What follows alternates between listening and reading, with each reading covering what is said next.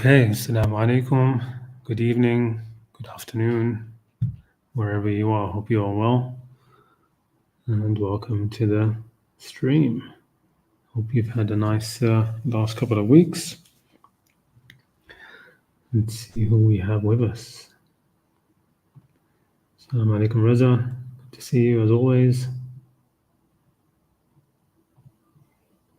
Salam, Lens. Much awaited topic. Well, it's not going to be very long, to be honest. It's a short observation. Assalamu alaikum, Hector. Hope you're well. And the good old username, spreading knowledge, huh? Okay. And Tuka, salam guys.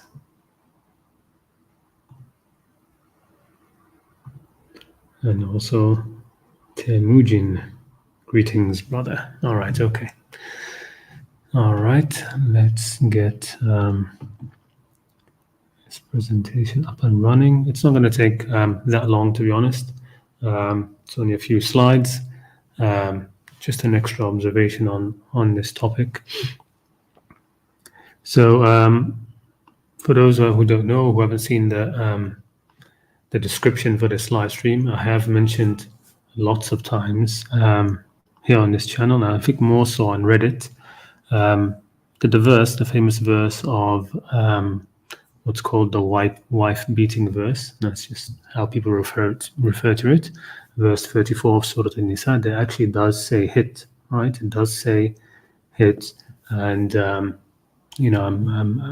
I've always been adamant about that because that's how I see it. I mean, there's no other way to look at it in terms of just the language. That's what it says. I know there's a lot of different interpretations trying to take that away from that, but that's how I've always seen it. And I've given some, I've for a long time I've had the intention of doing a short series on this verse, and hopefully maybe that will actually start to materialize soon, because if you haven't noticed, I've actually come up to 5,000 subscribers, and over the last couple of weeks I've actually had quite a few people get in contact with me and talk to me about ways to move the channel forward. I'm gonna try to make a video, sort of thank you video for reaching 5,000 subscribers after how long have I had this channel now? I think it's like 11 years. But also what to do going forward, and maybe try to sequester some more time to actually work on that channel in a much more regular fashion. But anyway, I have wanted to do a series on this verse for a while. I haven't gone around to it. Unfortunately, there's a lot of things in the pipework which I haven't gone around to doing. And the reason is, of course, this verse has always been a problem for a lot of people, myself included. This was the only verse which ever really gave me problems for a long time. It doesn't anymore. I've said that many times. And now I see this verse as one of the, the greatest verses in the Qur'an. I mean, for me, very quote unquote miraculous, even though I don't really like to use that word. But it's one of the great signs of the Qur'an for me now. And that will be the case with any verse, I think, that you spend a lot of time really thinking about. The verse that you will see as having the greatest amount of miraculous weight in it will probably be the one which you've studied most closely and thought about for the longest amount of time and have gotten sort of deeper and deeper into it. Anyway, what I wanted to give here was a few thoughts about how to sort of mitigate the issue of people who's they look at the verse and just find that let's say distasteful that God should say recommend that husbands can beat their wives. And I've mentioned ways that you could think about this verse, at least just for starters, for the beginning part of it. I've mentioned that before, both on Reddit and here. It's worth going over it again. So I'll do that before moving on to another point that I think is useful for those who don't want to, who don't want to who don't want to deny that it says what it says, but at the same time sort of reconcile with any issues that they think and that they have with it. So I'll reiterate the first part, which I've said before. The beginning of the verse sets the stage or the relevance for the rest of the verse. Okay, meaning that the rest of the verse is built upon the foundation of the beginning of the verse. The rest of the verse doesn't apply if the beginning of the verse doesn't apply, and increasingly so in the modern world, and how many women and men now wish to have the dynamic in a relationship. It's increasingly not. It's increasingly so that the beginning of this verse doesn't apply, and so because of that, the rest of the verse doesn't apply. I mean, that's exactly how the verse is structured. So it starts off, الرجال قوامون على النساء, right? That men are قوامون upon women. And now that isn't the ideal anymore. Certainly in the Western world, it's not the ideal that الرجال are قوامون upon نساء. Rather, the ideal that people strive for, that what people want to have in their relationships now, is that men and women are qawwamuna upon each other, right? That they are maintainers, supporters, upkeepers of each other, right? That they're both completely equal in the relationship in terms of their authority, in terms of the leadership of the family, all of that. It's now become this kind of cooperation. But this verse is not talking about that situation. That situation is different. This verse is talking about the traditional gender roles, basically, where the men are in charge, right? Where the man is the leader, he's the one in charge, he's the captain of the ship, right? It's in that context. If you remove that, as is the case now, like I said, in the modern world, the rest doesn't apply. Right, so that's the way I typically explain to people, at the outset, who are like, I can't deal with this verse, it's giving me a lot of doubt. I'll say, look, if you think the framing of this verse, if you think it doesn't apply anymore, then the rest of it doesn't apply. Okay, so at the beginning of it, like I said, it says, الرجال قوامون على النساء بما فضل الله بعضهم على بعض. Men are قوامون upon women by what God has preferred some of them over others. And somebody once asked me, what is it God has preferred some over others? It's basically it's general. So it's every feature which men typically have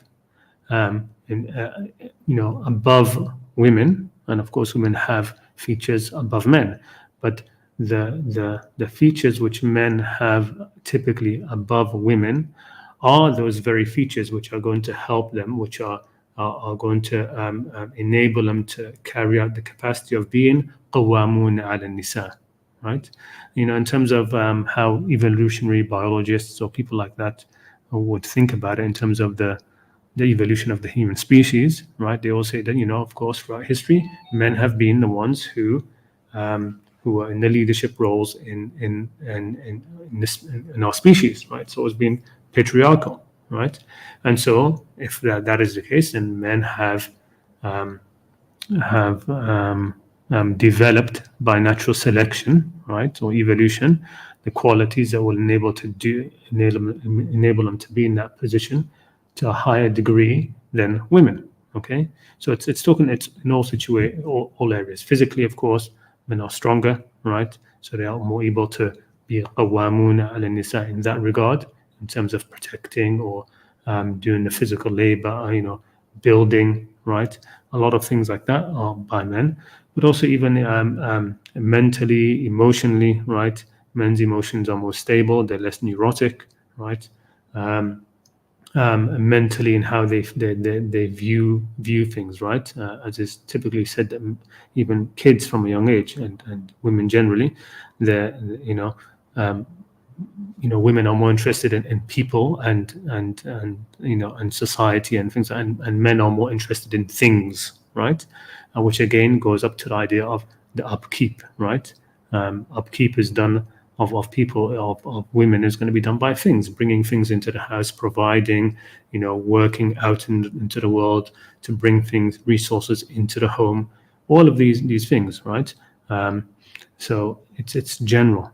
It's general. The things which men have more of than women, these are the very things which will enable them to be qawwamuna ala nisa. Okay, and also because of what they spend of their wealth, right? So there's two parts to that. Okay, and this second part has also dissipated in the modern world, right? The modern world, increasingly, it's a two income household, right? Even though there's there are some who want to who wish it would go back the other way now, right? But it's typically a two to have a decent income for your family in the West now. You need to have both the husband and the wife working, and so now they both spend, right? So again, this just, it doesn't apply anymore, right? So men cannot be qawamun ala nisa even from that angle as much as they used to in the past, right? And so if that's the case, the rest of the verse just doesn't apply, because the rest of the verse is built upon that. It's saying, since men are qawamun ala nisa, since that is the case, right? And these are the reasons why. But because that is the case, because they are, like the Arabs used to say, Sayyidul Qawm Khadimuhum, the master of a people is the one who serves them, right? In service to them, right? And so, if men are going to be in service to women in this capacity of being qawwamuna upon them, maintainers of them, protectors, providers, what is the duty of women? What is the duty? How should a righteous woman behave with such a man, right? Who is doing his righteous duty of maintaining, upkeeping, and protecting, and caring, and engaging in all of the things for her. How should she behave? That's what this part of the verse says. For salihat, so righteous women, therefore, righteous women are what? And they are devoted to their husbands, of course. Devoted here, the word qanita means it's devotion, and which includes obedience here, of course, as well. Right? Qanitat, hafizatun lil ghaybi bima hafizallah, protective of the unseen, of things which the society doesn't see, the things of the household, the things inside, right? The things which are inside the home, right? These are the hidden things in the home that nobody knows about, the secrets of the home, what happens there, right? She protects that, right? She protects that by what? By the means which God protects such things, right? By basically almost all the means through which God protects and preserves, that private space of the home, okay, and including herself, of course, right? I mean, typically people look at this part of the verse and think it just means protecting herself and being chaste, right? But it isn't just about that. It's about everything which is within the home, right? There's the outside, and then there's what's inside the home, and she's responsible for that, right? Then the wife is responsible for protecting the household and what happens in the household, the children, what they can't do, who can come into that, who can't come into the house, these sort of things. While he is absent, right, she's protecting that stuff as well. Okay.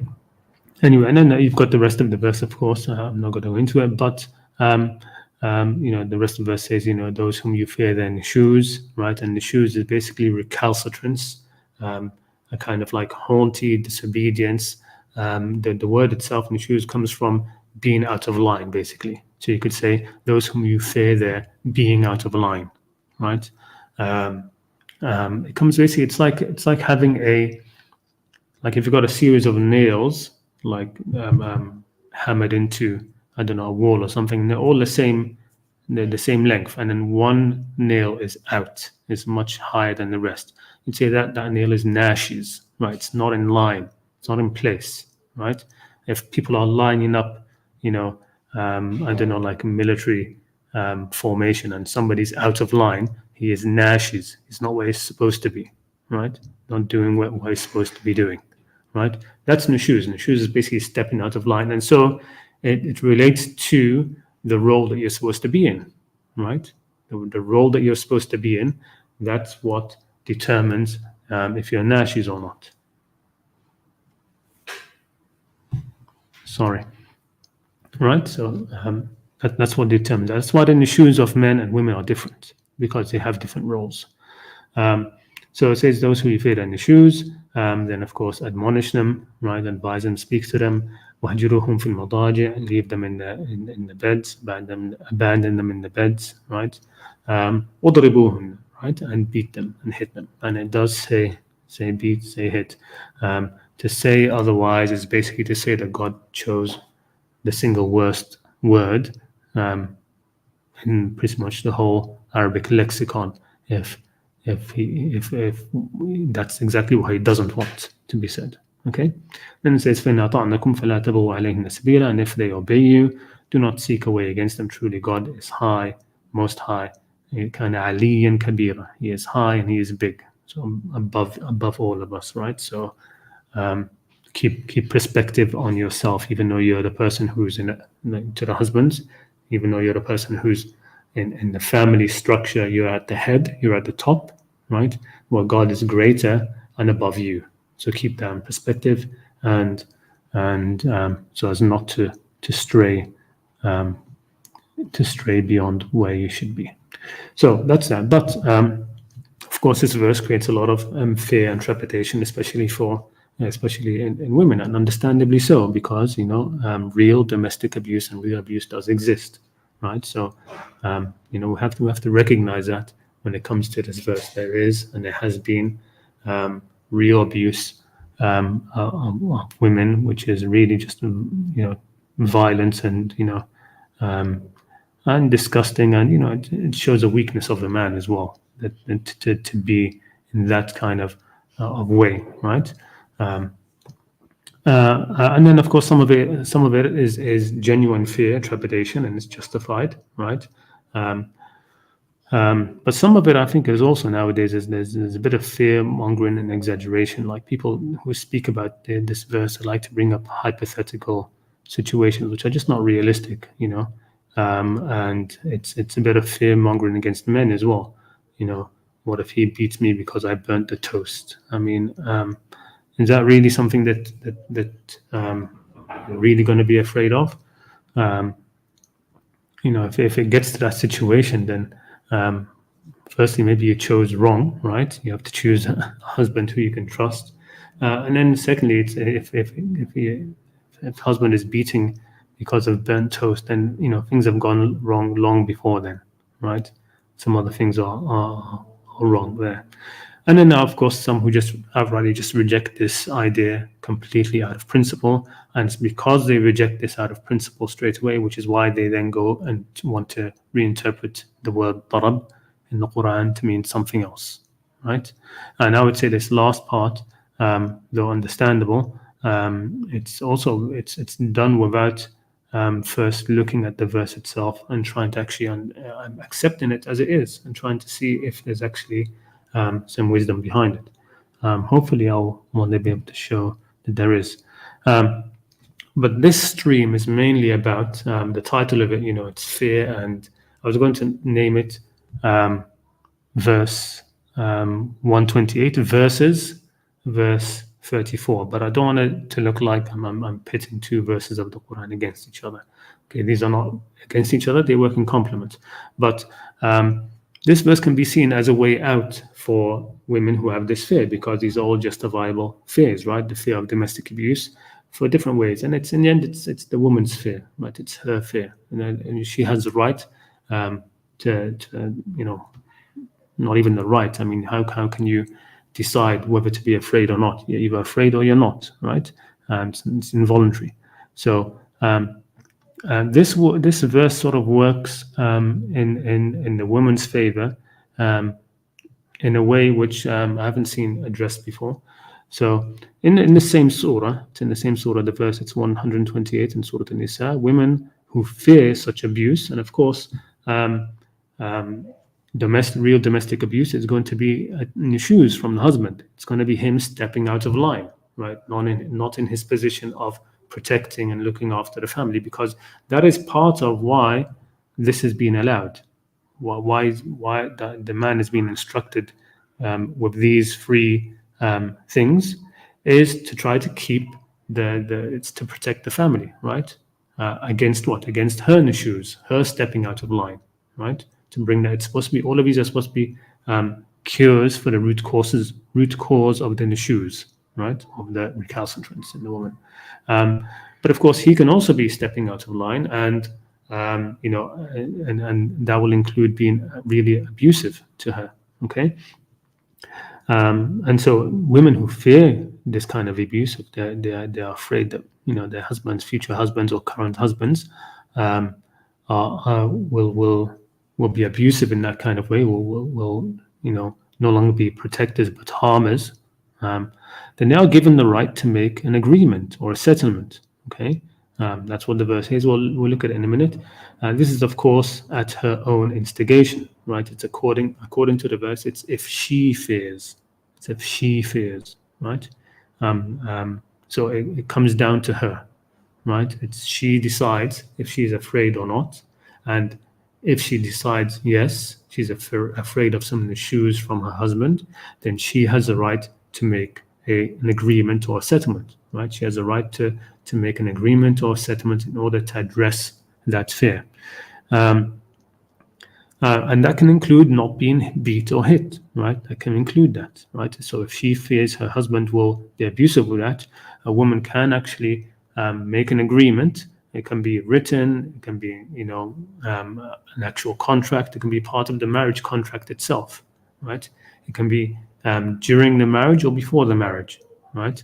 It can be just an agreement or something which they settle between themselves, in front of witnesses and in front of people who will know about that, right? It has to be sort of more attested as well. It should be known.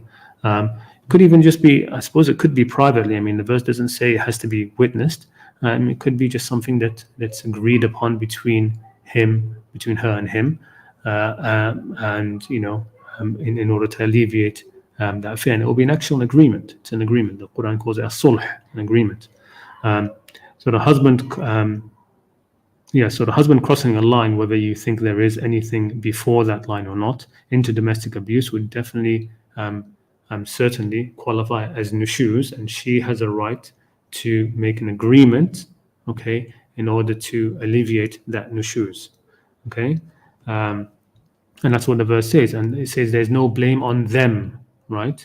There's no blame on them to come to an agreement, right? So that some might object and say the man has no right to agree to not to take away something which God has given. And no, he has. There's no blame on them to make an agreement. That's what the verse says, because an agreement, the sulh, is always good. وَالصُّلْحُ خَيْرٌ, the verse says.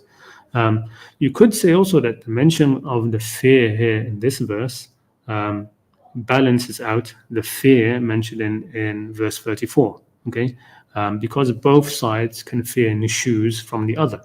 Okay, it's a different type of nushuz, but both can fear it. All right, just give me a second. Come back to that in a minute. I just want to check on somebody.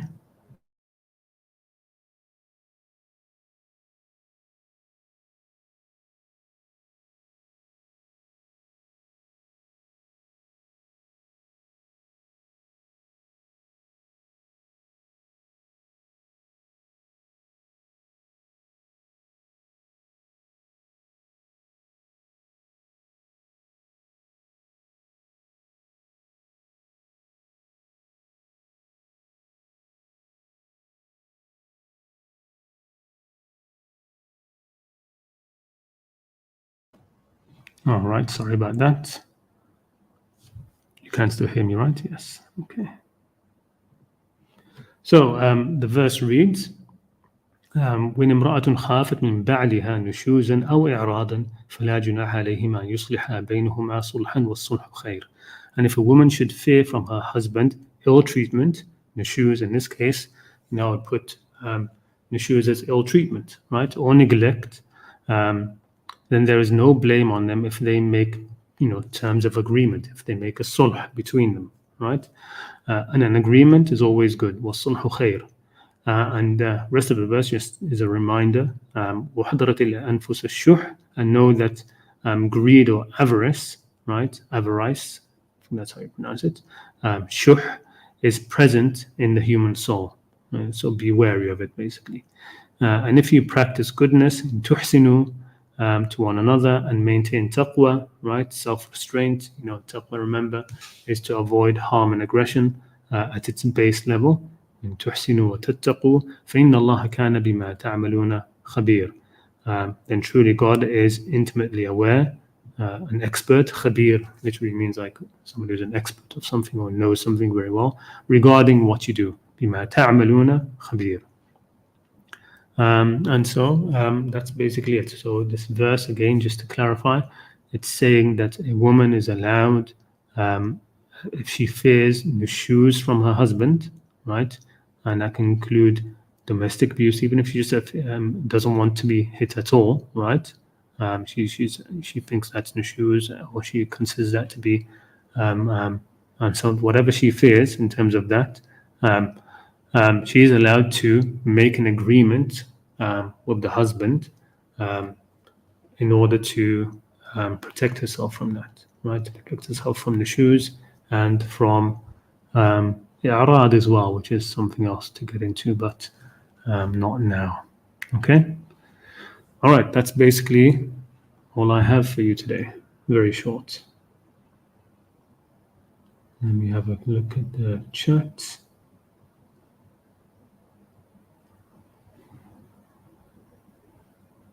Looking banners, no. All right, okay, there we go. Assalamu alaikum, Adriana, good to see you.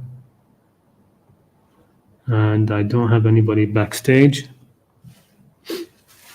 So if anybody wants to come on, if you have anything to share with us today, any verse of the Qur'an to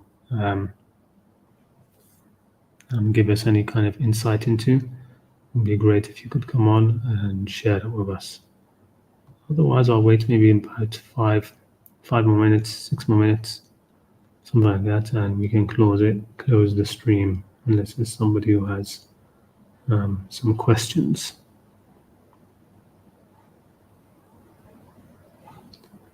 Excited, this is my first time here.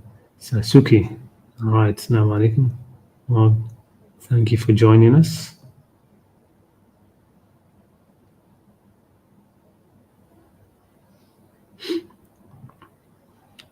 That trait, man's strength, can be used either to help or abuse women. Certainly that's the case, yes.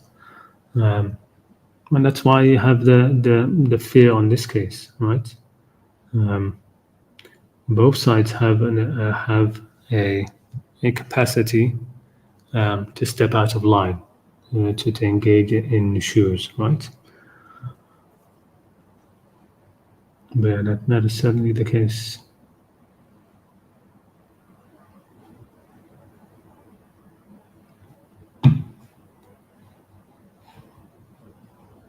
Make sure, do I have the actual invite link? I do. Put it over here again just in case.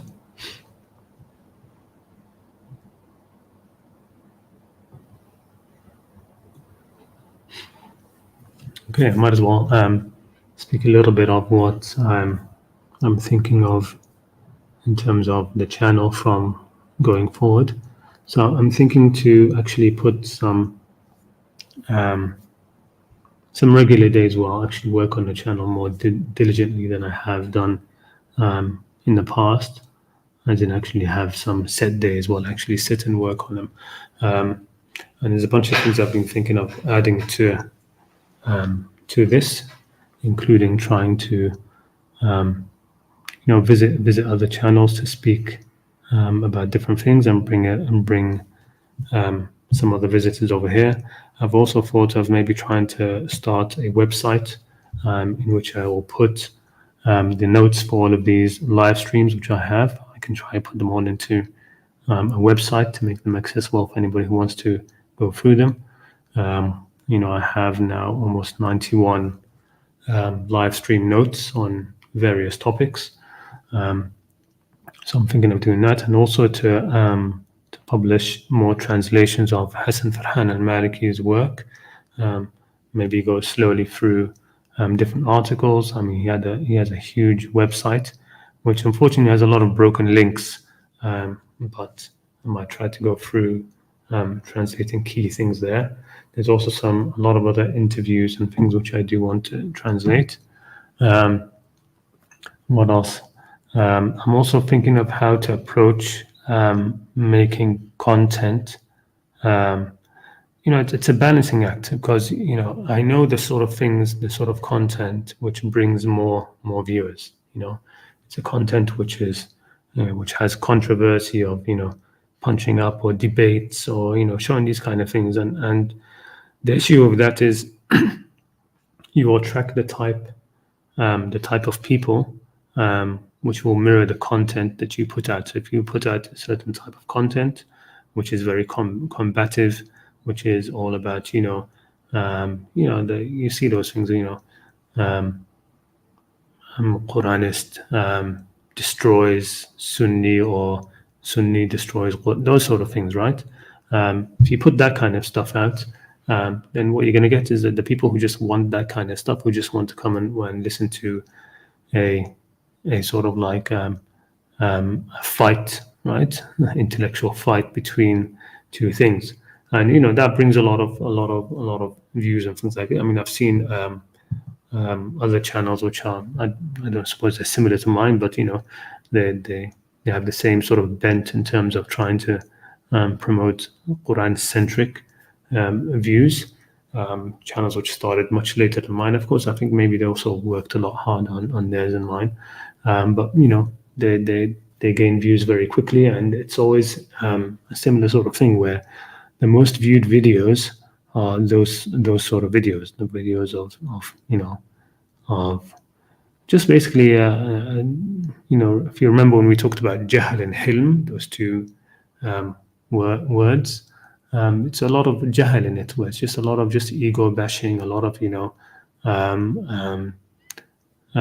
denigrating others, speaking badly about the others. Even Salafis, Wahhabis, whatever. It doesn't matter, but that's the sort of thing which brings people.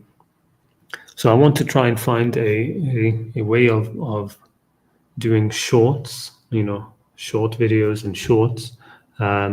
Which will attract a larger audience, but won't attract too much of the wrong type, because I think channels like this are generally going to be for people who have been through all of that, right? They don't need to sit there and have their blood raised by watching debates all the time and those sort of things. I think it's for people who have gone through all of that, or even before that, but people are just more mature beyond all of this kind of stuff, and want to actually really think deeply about things. And that's what I've tried to make this channel about anyway. But how to do that in a shorter form and without just making it just buzzy and I don't know, Zoomer mind, is it? What do we call them? Zoomers now, right? And the new generation is, people who just want the quick shorts, and they move on, right? They're scrolling all the time through YouTube Shorts or TikToks, video after video, and they'll forget the one they saw, the video they saw the fifth video ago they saw, they would have forgotten it by the time they reached to the next few videos. Anyway.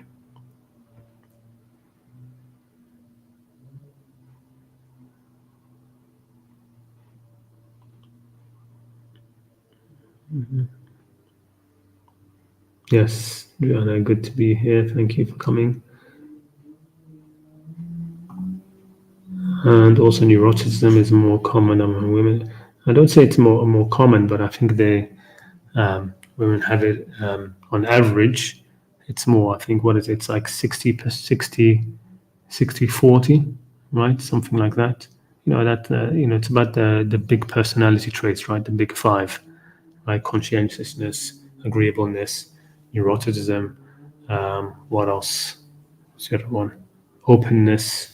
The big five in psychology, in personality traits, trait psychology. They look at these things, and because they've been investigated around many cultures, the big five personality traits, and they show that it's neuroticism is women scored generally higher on that. And now it's been changed to something else. To the name has been changed, I think, to emotional stability, right? Rather than, because I think neuroticism sounds worse, but basically means that women have a higher, the emotions will fluctuate, typically higher than men. So they higher highs, lower lows, whereas men are more generally slightly more calm, and the emotions don't fly up and down as much.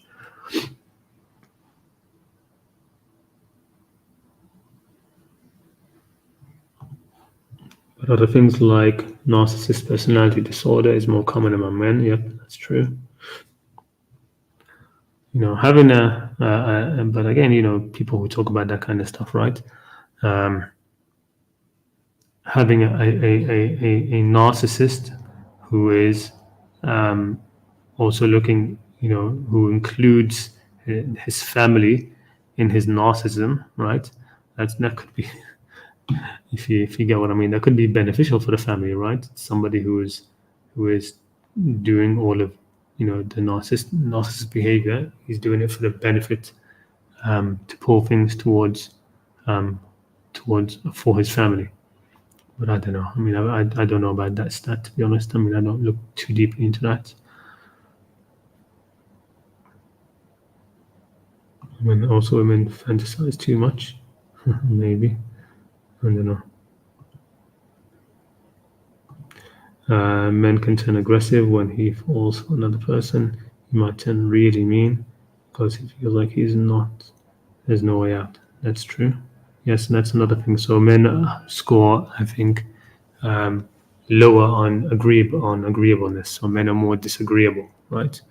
But again, it's one of those things where in a family you need to have somebody who's going to be disagreeable, right? Because through disagreeableness, the man can defend the family, can draw lines around what is acceptable, what is unacceptable for others, behavior from others towards his own family. A person who's agreeable will be much more of a walkover, right? So they say that somebody who's very high in agreeableness, right, and also very high, like a very hard worker. A person like that gets, they line up to be taken advantage of, because they're always thinking about other people, wanting to please other people, to make sure everybody else is comfortable and they're okay, and they don't look to their own needs as much, right? So men being more disagreeable than women is something which might be needed, right? I think most most women would want their man to be a bit disagreeable, to have a backbone, as they say, right, and stand up for the family, etc. Right?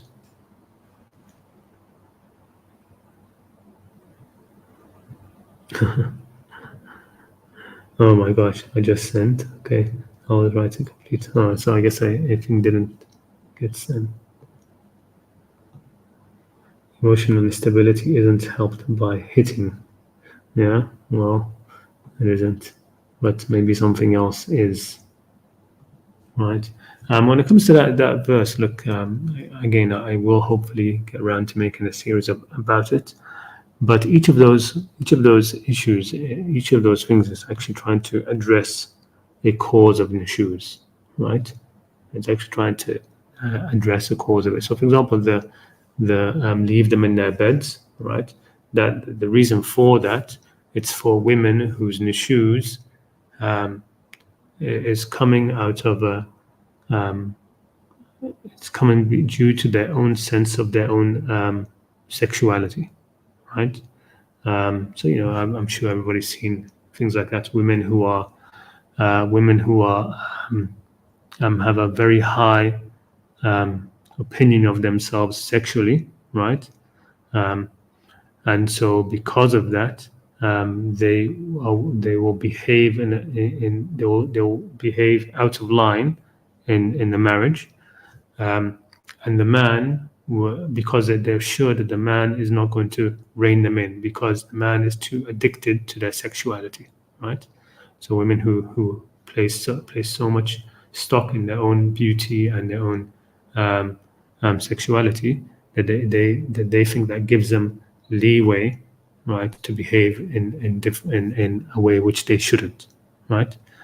Um, and maybe it's actually true. Maybe there because there are men like that, right? Men who allow they're married, they have very beautiful wives, and they can't stand up to their beautiful wives and rein them in and keep them in check. Why? Because they're so addicted to their sexuality, right? So that part of the verse is supposed to address those type of women, right? That there are women that then the shoes will be reined in, right? If you leave their beds, right? Because now that sort of weapon that they had, right, the thing which is propping up their shoes is being challenged. It's been taken away. Anyway, hopefully I'll be able to explain all of that much better in some scripted videos. All right, okay. So since nobody is coming online, I think we'll call this the end of the stream. None of the usuals have come up to discuss anything today, maybe because I started it later than I usually do. But in any case, thank you everybody for attending, and hopefully that this view in this verse 128 from Surah An-Nisa, it can help. It's another way for those who find issue with verse 34 to sort of like quote unquote mitigate their fear regarding it, right? It is a way that can be viewed. This verse is giving women the right to make an agreement within the marriage in order to alleviate any fear that they have, and that can include a fear of being beat or hit, a fear of domestic abuse on the part of the husband. Okay. All right. Jazakumullah khair. Thank you so much for coming. And yes, see you next time. Assalamu alaikum.